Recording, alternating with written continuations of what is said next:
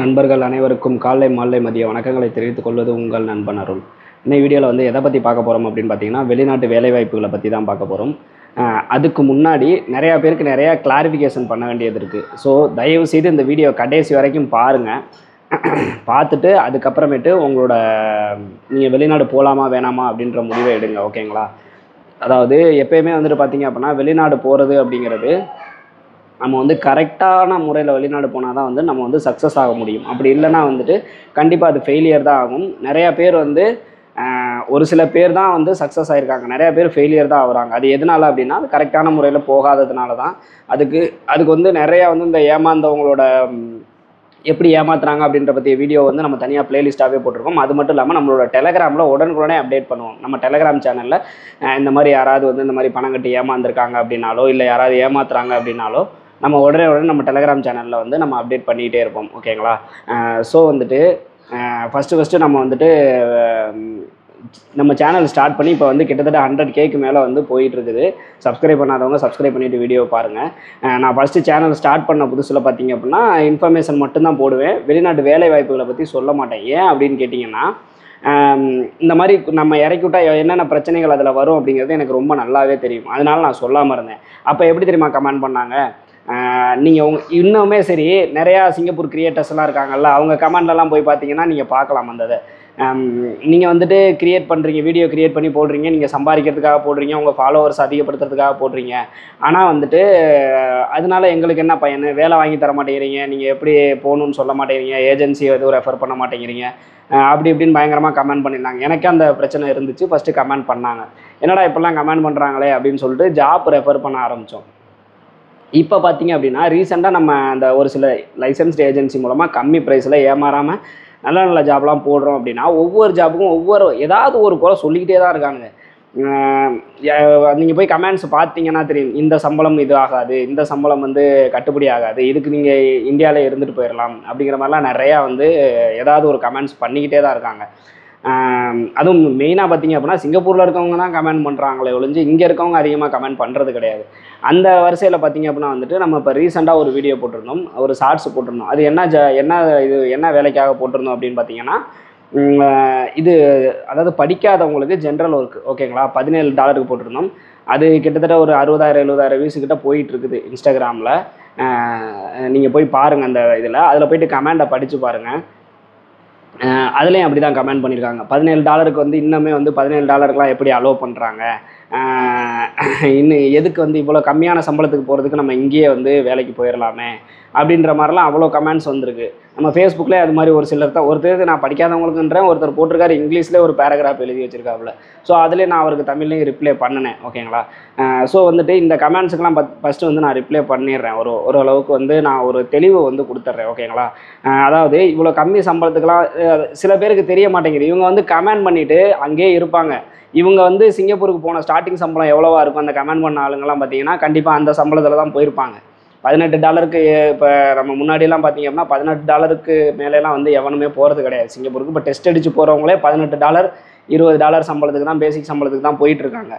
நீங்கள் நல்லாவே கேட்டு பார்த்தீங்கன்னா தெரியும். சிங்கப்பூரில் இருக்கவங்கள்ட்டையும் சரி, இப்போ இந்த வீடியோ டெஸ்ட் அடிச்சுக்கிட்டு இருக்கவங்க யாராவது டெஸ்ட் அடித்து போனவங்க பார்த்தீங்க அப்படின்னாலுமே நீங்கள் கமெண்ட் பண்ணுங்கள். $18 to $20 தான் சம்பளம் தர்றாங்க டெஸ்ட் அடித்து போகிறவங்க 5.5 லட்சத்துக்கு. அந்த இதில் நம்ம இன்ஸ்டாகிராம்லாம் ஒருத்தர் கமெண்ட் பண்ணியிருக்காரு, நானும் இதே சம்பளத்துக்கு தான் வந்தேன், ஆனால் 4 லட்சம் கட்டி வந்தேன் அப்படிங்கிற மாதிரி சொல்லியிருக்காங்க. நம்ம வந்துட்டு ஜாப் வேகன்சியை எதனால் போடுறோம் அப்படின்னு கேட்டிங்கன்னா, இவ்வளவு அதிகமான அமௌண்ட் வந்து கட்டக்கூடாது அப்படின்னா, நிறைய பேர் இந்த மாதிரிலாம் ஏமாத்துறாங்க அப்படின்னா, நம்ம லைசன்ஸ்டு ஏஜென்சிலேருந்து டேரெக்டாக வந்து ஜாப் வேகன்சிஸ் வாங்கி நம்ம போட்டுட்ருக்கோம். அப்படி இருக்கிறப்ப ரொம்ப கம்மி ப்ரைஸில் தான் நம்ம போடுறோம். நிறைய ஜாப் வேகன்சிஸ் வரும், ஆனால் நம்ம கரெக்டாக ஃபில்டர் பண்ணி தான் போடுறோம். நிறையா பேர் என்கிட்ட வந்து, ஆனால் நான் படிக்கலைண்ணே, என்னால் எப்படிண்ணே வெளிநாடு போக முடியாதா என்னன்னு தெரில அப்படிங்கிற மாதிரி கேட்டாங்க. அதுக்கு தான் இது வந்து ரொம்ப கம்மி ப்ரைஸ் தான். 1 to 1.5 லட்சத்துக்குள்ளார தான் இதுக்கு கட்ட வேண்டிய அமௌண்ட் வரும். ஒருத்தர்லாம் வந்து இதே வேலைக்கு 4 லட்சம் கட்டி போயிருக்கேன் அப்படிங்கிற மாதிரி சொல்லியிருக்காரு. அதிலே கமெண்ட் பண்ணியிருக்காரு, இதில் வராதிங்க அப்படிங்கிற மாதிரி கமெண்ட் பண்ணியிருக்காரு. நான் ஃபஸ்ட்டே அந்த வீடியோலேயே நான் சொல்லிட்டேன், பணம் வந்து படிக்காதவங்க மட்டும்தான் போங்க, படித்தவங்க போகாதீங்கன்னு சொல்லிட்டேன். படித்தவங்களுக்கு நல்ல வேலை கிடைக்கும். ஆனால் படிக்காதவங்களுக்கு சிப்யார்ட் பர்மிட்டு, மெரின் பர்மிட்டுக்கே இன்ட்ரிவ் வந்து இங்கே நேரில் எடுக்கிறாங்க. அப்படிங்கிற பட்சத்தில் அவங்களால வந்துட்டு செலக்ட் ஆகி போக முடியல. இன்டர்வியூவே போய் அட்டன் பண்ணாலும் செலக்ட் ஆகி போக முடியல. ட்ரைனிங் கூட அவங்க 10 பைசா செலவு பண்ண போகிறது கிடையாது. ட்ரைனிங்கும் ஃப்ரீயாக தராங்க. அப்படின்றப்ப தாராளமாக போகலாம். நிறையா பேர் சொல்கிறாங்க இங்கேயே சம்பாதிக்கலாம் அப்படிங்கிற மாதிரி சொல்கிறாங்க. இப்போ மாதம் வந்து நானே சொல்கிறேனே, இது வந்துட்டு 30-35,000 தான் கிடைக்கும் ஸ்டார்டிங்கில். இங்கேயே வந்து சம்பாதிக்கலாம், அந்த சம்பளத்தை நான் இங்கேயே சம்பாரிச்சிருவேன் அப்படிங்கிற மாதிரிலாம் சொல்கிறாங்க.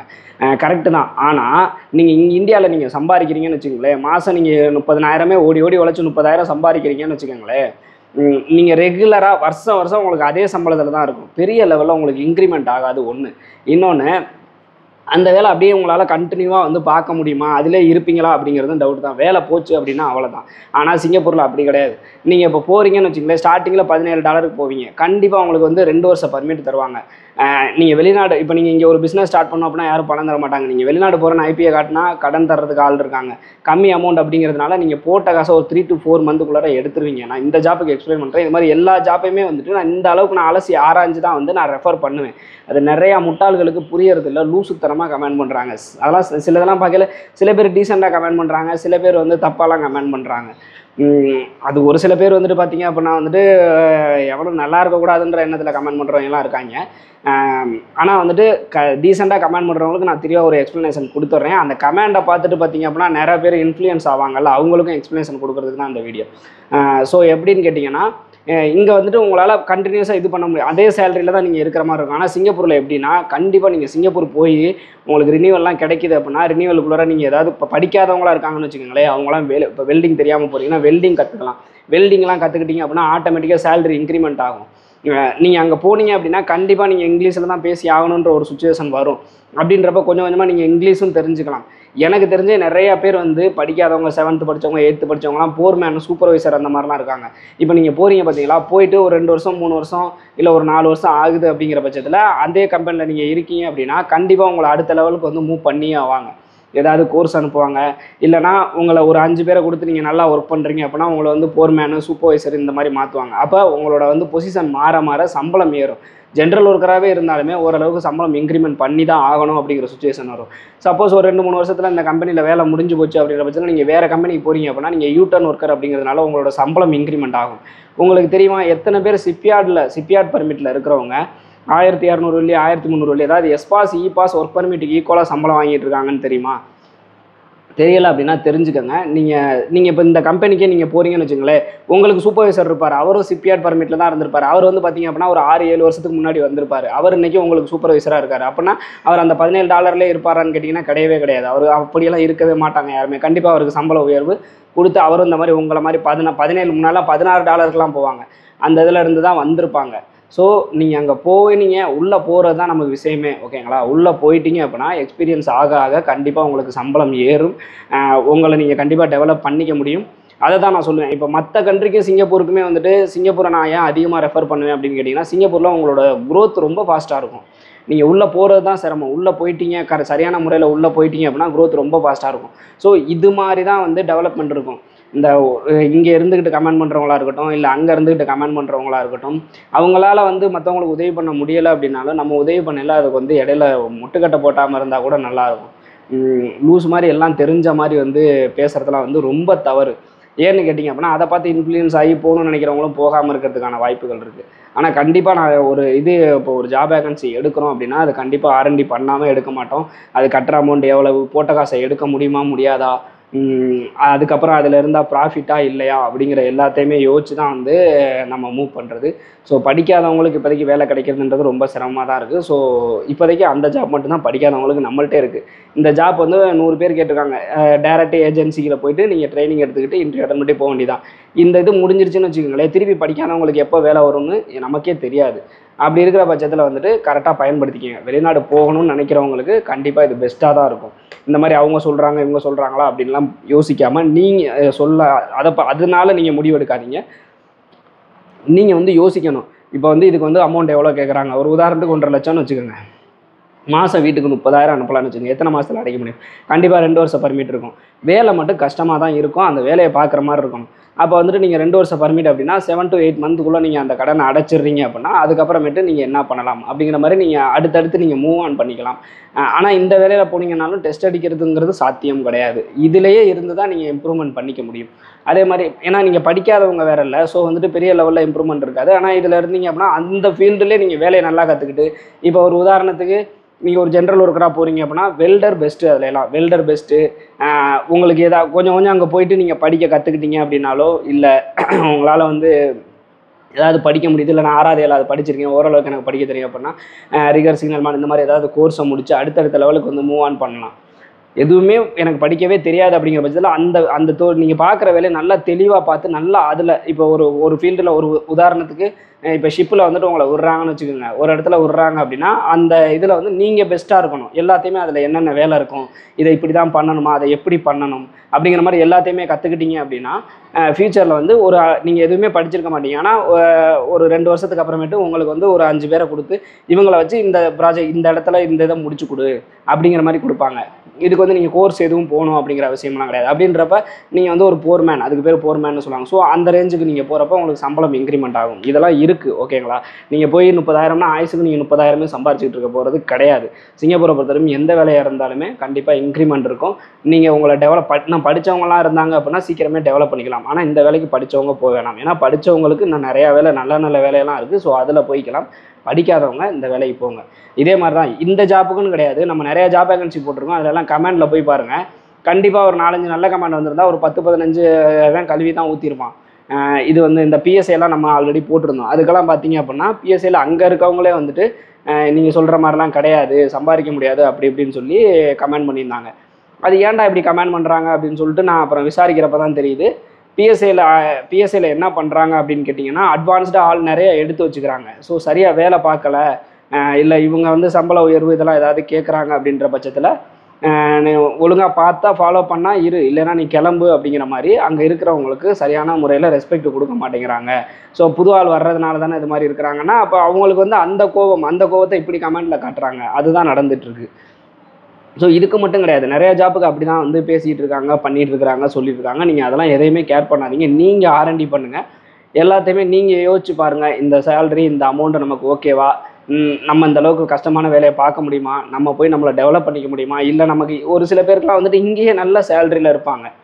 ஸோ இந்த சரக்கு மாஸ்டரு அந்த மாதிரிலாம் ஒரு சில பேர் ஒருத்தர்லாம் வந்து எனக்கு கால் பண்ணியிருந்தார் துபாய் ஜாபுக்கு. அவர் சரக்கு மாஸ்டரு 1,200 1,300 சம்பளம் ஒரு நாளைக்கு. அவர் வந்து அங்கே போகிறேன்னு சொல்லி கேட்டாப்புல.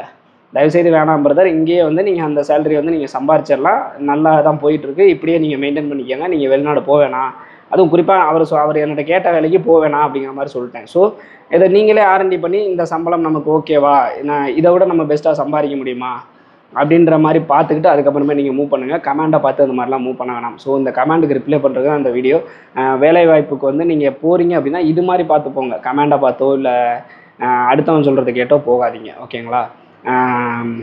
அடுத்ததாக பார்த்தீங்க அப்படின்னா வேலைவாய்ப்பு இப்போதைக்கு நம்மள்ட்ட என்னென்ன இருக்குது அப்படின்னு கேட்டிங்கன்னா இந்த வேலைவாய்ப்பு ஒன்று இருக்குது. அடுத்தது வந்துட்டு பார்த்தீங்கன்னா ஸ்டூடெண்ட்டாக போய் லைசன்ஸ்டு ஏஜென்சி தான் சென்னையில், அதில் வந்து நீங்கள் ஜாயின் பண்ணிக்கலாம். ஜாயின் பண்ணிக்கிட்டீங்க அப்படின்னா நிறையா company PCM permit, CPR permit, marine பர்மிட்லாம் வந்துட்டு இன்டர்வியூ எடுப்பாங்க. அது பார்த்தீங்க அப்படின்னா $18 to $22 வரைக்கும் சம்பளம் இருக்கும். ஸோ அதில் நீங்கள் போகலாம்.